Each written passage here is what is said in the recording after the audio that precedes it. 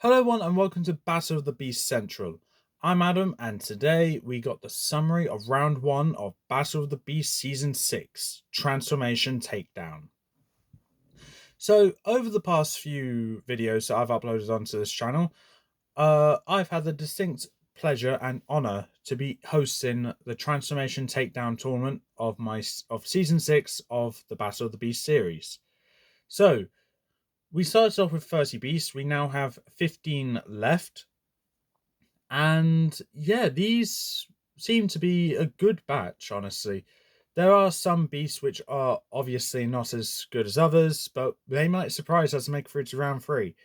But there are also others which you would expect to make it here, some controversial picks, and one beast I actually forgot about in the drafting video. But yeah, going through this summary video, I'll be going through each beast one by one, saying which beasts they killed, and that's pretty much it. Because I'm not going to say whether I think they'll make it through to the next round or not, because ultimately that'll be my opinion.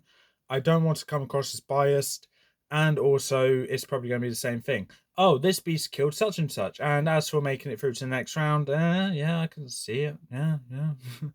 So I think it'll just be a case of going through each beast, explaining who they killed, maybe something else afterwards. I don't know. I didn't really think this far ahead. And yeah, so with that, let's get into this. Up first, we have Equinus the Spirit Horse. This beast killed Ronak the Toxic Terror in round 1. And as for how he killed him, I would say it's a case of a stall where, yeah, Equinus had a timer with his spiritual form to take the life force. And on the second attempt, he did succeed in that. And then he just killed him by smashing his head into the ground. I believe so, anyway. But yeah, Equinus had a rather violent kill on Ronak. Will he get another violent kill? Well, only time will tell. Up next, we have Karaka the Winged Assassin. This beast killed Voltrex in round 1 in a battle which I would say was a good battle and might have had a bit of a controversial ending because, you know, Voltrex is Voltrex, but I personally think Karaka won that fight fair and square, did a great job at it, and just goes to show that size isn't everything. Up next, we have Spikefin the Water King. This beast killed, don't remember who he killed, Nixa the Deathbringer in round 1, in a battle which really tested Spikefin's knowledge of... Yeah, was it really his knowledge I was tested? I would say it was more along the lines of endurance, because he killed Nixa outside of water and he has a struggle to breathe out of water. So yeah, it tested his endurance, but he had a good weapon to go with it as well, being a trident, which really makes sense for him. And yeah, that's pretty much all I can say. Up next, we have Nocta the Death Owl. This beast killed Okira the Crusher in round 1. In a battle where it was a bit one-sided, and whilst I think I did a great job at showing how threatening the Series 10 beasts are going to be with the access to their night forms as well, it came at the cost of making Okira look like a ragdoll, which wasn't my intention, but from the constructive criticism I got back from my good friends Lucas and Jack, it came across as that, and that was not the intention at all. But I did take what they said to heart, and hopefully with the other battles with the Series 10 beasts, hopefully their victims or opponents were not treated as ragdolls. Shamani the Raging Flame is next, and he killed Sting the Scorpion Man in round 1. So in this one, I literally just said I tried not to make the opponents that the Series 10 beasts go against look like ragdolls. I think in this one, it was kind of expected that Sting would be treated like a ragdoll. I gave Sting kind of a chance, but really he stood no chance against Shamani, which is probably the nicest thing I ever said about Shamani. Moving on. Lustor the Acid Dart is next, and this beast killed Ospira the Savage Sorceress in round 1. Had to think about that one. This one was a relatively even fight where I could have seen Lustor dying, but Lustor prevailed on top with the Night form helping out a lot, but also the acid from the throat sac also being a good ability as well. Texan the Armor Giant. This beast killed Krokol, the Father of Fear, in round 1 in a very intense, fast-paced battle where it could have gone either way. Ultimately, Texan came out on top in a battle which I would say had a rather surprising result, but I'm not going to argue with it because I think it was a good battle to really show that you can't always expect the beasts which are established in their book to be stupidly strong to always do well. Wrapping up Series 10, we have Doomskull, the King of Fear. And it's kind of incredible that 5 of the Series 10 beasts have made it through to the next round, with the only one that didn't make it was Voltrex. But I think Doomskull did a great job at killing Makoro the Blinding Stinger in a bit of a one-sided battle, which was also to be expected. But this one, I would say his battle was done well to where Makoro was able to do something, but it just didn't match to the intensity that Doomskull emits by his aura alone. And with the Golden Knight and the daggers being a rather lethal weapon, one that you wouldn't really expect to be as deadly, it really shows the bloodthirstiness of this beast and this knight. Cobra Ghoul of the Shadows wraps up the old generation beasts that have made it through to the round 2. And yeah, Cobra killed Zerk and the Shape Stealer in round 1 and gained another beast he can transform into. This beast's category of beast that he can transform into is the largest of any other shape-shifting beast, and that's because of his overall overpowering strength that he has in his true form as well as his clone forms as well. It's not really surprising that he beats Zerkin, in my opinion. And being able to use a variety of different abilities now from all the beasts that he's fought in the past, this beast is one to look out for. Stepping into the territory of Season 16, we have Styro the Snapping Brute, and also the only beast from Series 16 to make it through to the next round. He killed Minos the Demon Bull, which, this battle could have gone either way.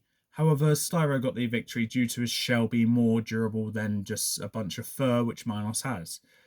I think it was a rather expected victory for Styro to win, and I think that's the nicest thing I actually ever said about Styro. Jumping from Series 16 all the way to Series 26, we have Chiron, Lord of Fire.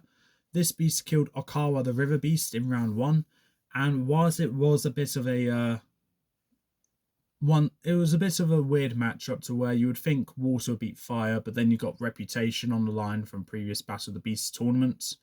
Chiron simply has a better reputation, along with tons of fiery abilities self-given by me onto him. It establishes Chiron to be one of the few remaining threats that people may expect to do well. And I do hope he does well, because he did kind of get the shaft in the All Generation tournament, and being the second beast from Series 26 to die in the New Generation tournament, making it to the top 15 though, so hopefully he does better. I like to see him into the quarterfinals, but if he goes against some of these beasts, then obviously he's not going to win, but he'll put up a good fight. Series 30 now, and we have Hyrix the Rock Smasher as the first one, and this beast killed Ursus the Clawed Raw in round 1 in a very violent way, to where it establishes that these Series 30 beasts are being bandits after all, are dirty fighters, and they will do anything to win. They will fight in the dirtiest of ways, do the lowest blows just to come out on top.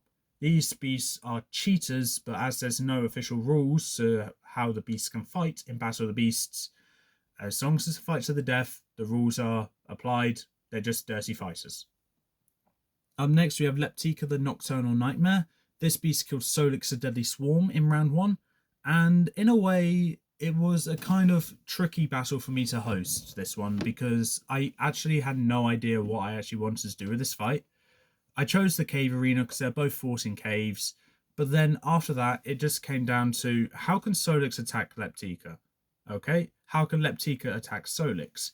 It was a bit of a tough fight to do, but it came out with Leptika on top, which I'm not going to argue with, because ultimately I think Leptika's a more well-rounded beast compared to Solix. Wrapping up Series 30, we have Selkara, Monster of the Depths.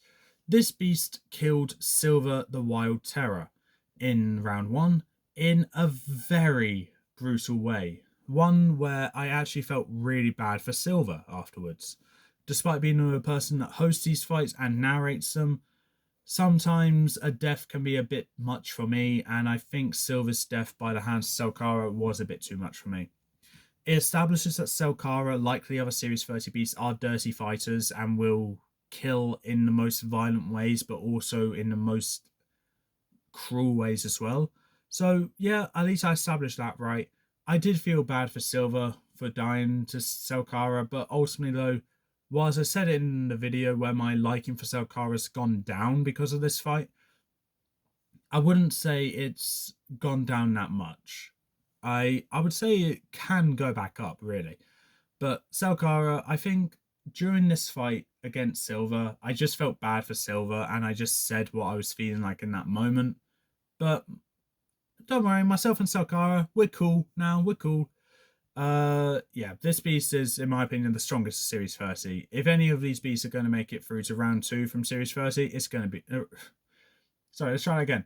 If any beast from Series 30 is going to make it through to round 3, it's going to be Selkara, in my opinion, because she is the strongest of these beasts. But if she dies and another one makes it through, well, that might change. But it really depends on who their opponents are. And wrapping up the beasts that are through to round 2, we have Kratos and Kildor, the two-headed demon. The only beast that is a special through to round 2, and also the one I forgot about in the drafting video.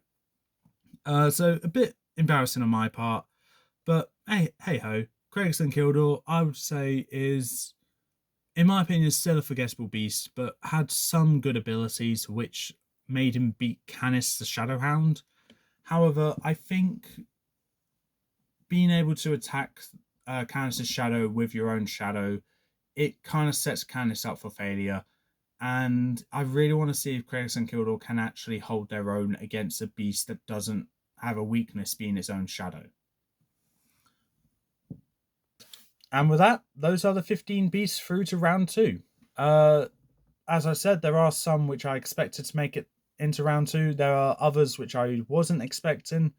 But ultimately, though, I would say this is a good batch of beasts through to round 2, with some controversial picks and some beasts which are not really right for this tournament. And when I say that, I mean compared to other beasts, they're just not as strong. Ultimately, though, I would say it's a good batch.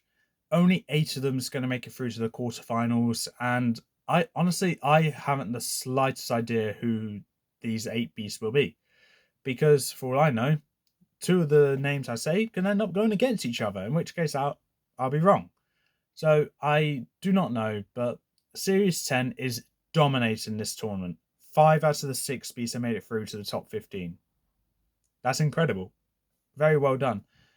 And with that, that's it. That's the summary of round 1, and that is all for this time. If you like what you saw, leave a like, leave a comment. Don't forget to subscribe. I gotta take care of that now, and I'll see you next time.